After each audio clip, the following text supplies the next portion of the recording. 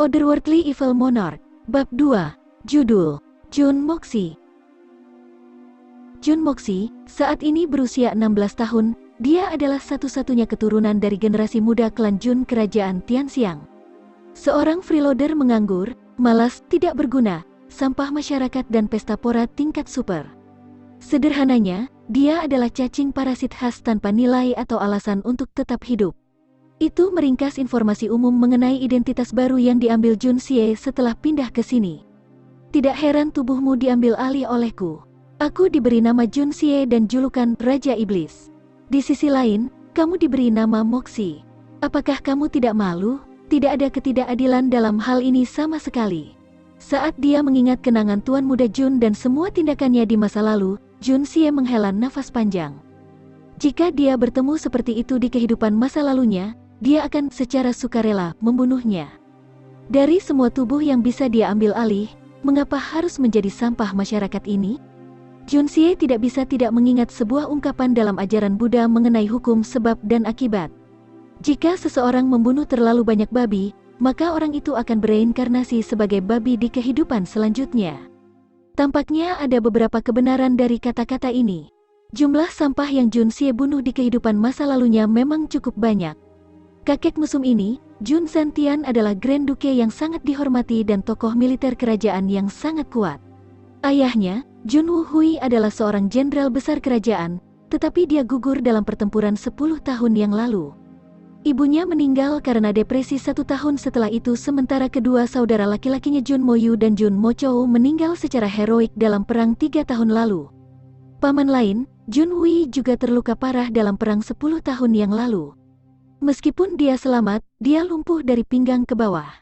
Sebuah klan besar, yang dulunya penuh dengan pahlawan yang gagah berani, kini telah jatuh ke dalam keadaan menyedihkan karena hampir kehilangan penerus terakhirnya. Penerus terakhir, Jun Moxi, akhirnya kehilangan tubuhnya karena Jun Xie. Syukurlah, dia bisa mempertahankan identitasnya sebagai anggota keluarga Jun. Jika Jun Xie pernah menjadi ayah anak di masa depan, maka anak itu secara teoritis akan menjadi penerus lain dari garis keturunan keluarga Jun. Mungkin, ini adalah anugerah surga terhadap keluarga Jun. Karena ini adalah kehendak surga, maka aku akan mempertimbangkan fakta bahwa kami berdua adalah keturunan Jun, dan menghadapi situasi untukmu. Jun Xie menyeringai sambil mengangkat bahu. Sejujurnya, aku benar-benar tidak mau. Untuk memiliki tubuh jelek dan reputasi buruk seperti ini, aku hanya bisa membayangkan jumlah penderitaan yang harus aku hadapi karena ini.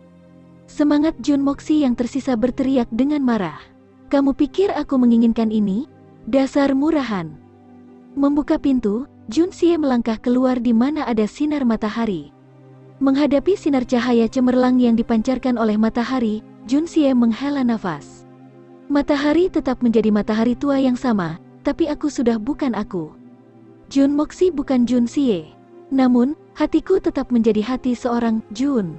Jadi bagaimana jika aku berada di dunia lain? Dua pelayan yang berdiri di depan pintu, membungkuk dan menyapa.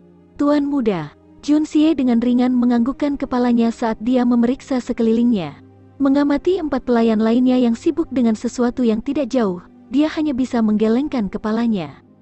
Jun Xie melihat sekeliling. Tuan muda lainnya ditunggu oleh wanita cantik yang mempesona, tetapi mereka yang menunggunya semuanya setingkat bibi.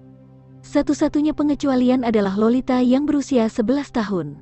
Memikirkan kembali, pelayan ini semua diatur oleh kakeknya. Semua pelayan ini memiliki satu fitur yang terlihat, mereka sangat sehat dan kuat.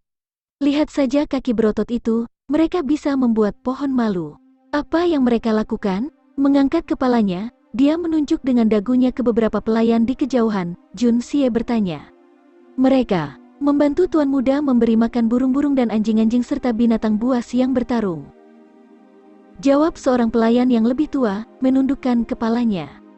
Oh, Jun Xie berjalan ke daerah itu. Sungguh pengkamungan yang eksotis untuk dilihat. 7 hingga 8 sangkar ditempatkan secara teratur di atas jardinieres masing-masing, berisi beberapa burung berwarna berbeda yang melompat-lompat dengan lincah. Tidak jauh dari situ, beberapa anjing besar tergeletak di tanah dengan lidah menjulur. Masing-masing dan setiap orang memiliki kotoran untuk otak. Agak jauh, suara jangkrik bisa terdengar keluar dari beberapa bambu agak jauh. Dari suaranya, sepertinya ini adalah beberapa ras langka dengan keterampilan bertarung tingkat tinggi. Tampaknya tuan muda yang asli memiliki hobi yang sangat beragam. Sebenarnya ada kamung di samping tempat dua ular mendesis berwarna-warni. Junxie mengerutkan kening dengan jijik ketika dia mengamati sekelilingnya. Temukan seseorang untuk menjual semua ini sesegera mungkin. Yang tidak bisa dijual, buang saja. Entah itu atau bunuh saja mereka untuk dagingnya. Menempatkannya di sini akan membuat orang sakit. Ini adalah daerah pemukiman manusia, bukan kebun binatang. Apa? Mendengar kata-kata itu, 6 pelayan dan lolita kecil yang mengikuti Junxie melotot karena terkejut. Mereka mengangkat kepala dan menatap tuan muda mereka dengan pingsan. Pada saat itu, mereka bertujuh memiliki pemikiran yang sama. Apakah tuan muda menjadi gila hari ini? Ini semua dibeli dengan harga yang sangat mahal. Ini adalah harta berharga kamu. Apa, kamu ingin menjual semuanya hari ini dan membelinya kembali besok? Oh, jangan jual ular itu. Aku akan menggunakannya untuk sup ketika aku kembali. Junxie berjalan ke depan tanpa melihat ke belakang. Terdiam. Mereka terus berjalan melewati taman, beberapa paviliun, lapangan bor, lalu mengelilingi kolam yang sangat besar. Dia kemudian berjalan selama setengah jam lagi melalui jalan di tengah-tengah dua baris pohon sebelum mencapai kediaman kakek Jun. Junxie menemukan bahwa kediamannya sendiri dan kediaman kakek Jun masing-masing terletak di selatan dan utara. Jika seseorang mengukur jarak di antara mereka dalam garis lurus, kemungkinan akan berjumlah sekitar 6 li. 1 li sama dengan 0,5 km. Jadi 6 li sama dengan 3 km. Tampaknya ukuran klannya saat ini cukup besar. Jika kenangan disajikan, ini pasti menjadi ibu kota kerajaan ini. Untuk klan yang memiliki tempat tinggal dengan luas beberapa puluh mu di ibu kota, tidak termasuk istana kekaisaran, mungkin hanya ada segelintir keluarga yang bisa mencapai prestasi yang sama. 1 mu kira-kira 666,6 meter persegi. Kakek Jun duduk di belakang mejanya, meskipun dia berusia lebih dari 60 tahun, dia masih memiliki rambut hitam berkilau. Melihatnya orang akan mengira dia adalah seseorang berusia 40-an. Wajahnya yang agung dipenuhi dengan ketidakberdayaan saat dia melihat cucunya dengan malas masuk dengan cara yang lemah. Dia hampir kehilangan kesabaran. Jun Zantian terlahir miskin, ia kemudian menjadi jenderal di masa mudanya, berperang di seluruh dunia, namanya membawa teror ke pasukan militer setiap kerajaan. Dia tidak hanya memiliki taktik militer yang unggul, dia juga salah satu dari sedikit orang di kerajaan Tianxiang dengan tingkat kultivasi Earth Swan Rank. Diberkahi dengan kemantapan karakter yang mendalam, ia dapat mempertahankan eksterior yang tenang terlepas dari kegembiraan atau kemarahan. Kemampuannya untuk bangkit dari kemiskinan menjadi jenderal di masa muda saja membuktikan kemampuannya. Berapa banyak yang bisa meniru prestasi ini? Berapa lama waktu yang dibutuhkan seseorang untuk menjadi seorang jenderal? Namun, dia berhasil naik ke sana di masa mudanya. Jun Zantian berjuang dari orang miskin yang rendah sampai dia menjadi Grand Duke yang sangat terhormat. Waktu yang dibutuhkannya untuk mencapai ini adalah 40 tahun yang baik. Meskipun dikatakan bahwa aliran waktu menciptakan pahlawan, tetapi berdasarkan sejarah benua, jumlah pahlawan seperti itu jauh dan sedikit di antaranya. Namun, setiap kali dia menatap satu-satunya cucunya, dia merasa tidak berdaya. Perkembangannya sangat mengecewakan. Kakek Jun benar-benar tidak tahu bagaimana garis keturunan keluarganya selain manajemen tingkat tinggi dapat melahirkan sampah yang tidak berharga ini. Bocah ini tidak tahu sastra atau seni bela diri, dia akan menjadi pusing begitu dia mengambil buku, dan menghilang lebih cepat daripada kelinci ajaib ketika dia mendengar kata latihan. Cucu keluarga lain sempurna, setelah membuat nama untuk diri mereka sendiri di usia muda, kultivasi Suan Qi mereka berada di jalur yang benar, dengan minimal tingkat kelima atau lebih tinggi. Di sisi lain, cucunya yang berharga telah memaksa 5 guru untuk berhenti, dan kultivasi Suan Qi-nya hanya pada tingkat ketiga yang menyedihkan. Dia sudah menjadi sosok yang mengecewakan, tetapi dia juga belajar sendiri cara makan, minum, berjudi, dan mengunjungi pelacur, menjadi seorang jenius yang terkenal di bidang ini. Kakek Jun adalah pahlawan pada masanya, namun dia berakhir dengan cucu seperti itu. Sambil mendesah lemah, kakek Jun mengingat 2 cucunya yang lain. Kamui saja mereka masih hidup. Dia kemudian tertawa mencela diri sendiri. Jika keduanya masih hidup, Apakah dia akan memanjakan yang satu ini dan satu-satunya garis keturunan yang bertahan sampai saat ini? Kembali ketika dia mendengar bahwa putranya Wu Hui terbunuh dalam pertempuran, dia dengan tabah bertahan tanpa menangis. Dia bahkan membual bahwa putranya adalah pahlawan pemberani. Ketika kedua cucunya Mo Yu dan Mo Chou juga meninggal di medan perang, dia sekali lagi menahan air matanya karena cucunya adalah pahlawan yang gagah berani. Kemudian, Wu Yi lumpuh seumur hidup, menyebabkan air mata mengalir di matanya untuk pertama kalinya. Meski demikian, hatinya tetap senang karena masih ada harapan. Untungnya, dia masih memiliki seorang cucu, garis keturunan keluarga Jun dapat berlanjut. Sayangnya, cucunya ternyata menjadi kecil, noda di dinding yang tidak dapat dikembangkan dengan cara apapun.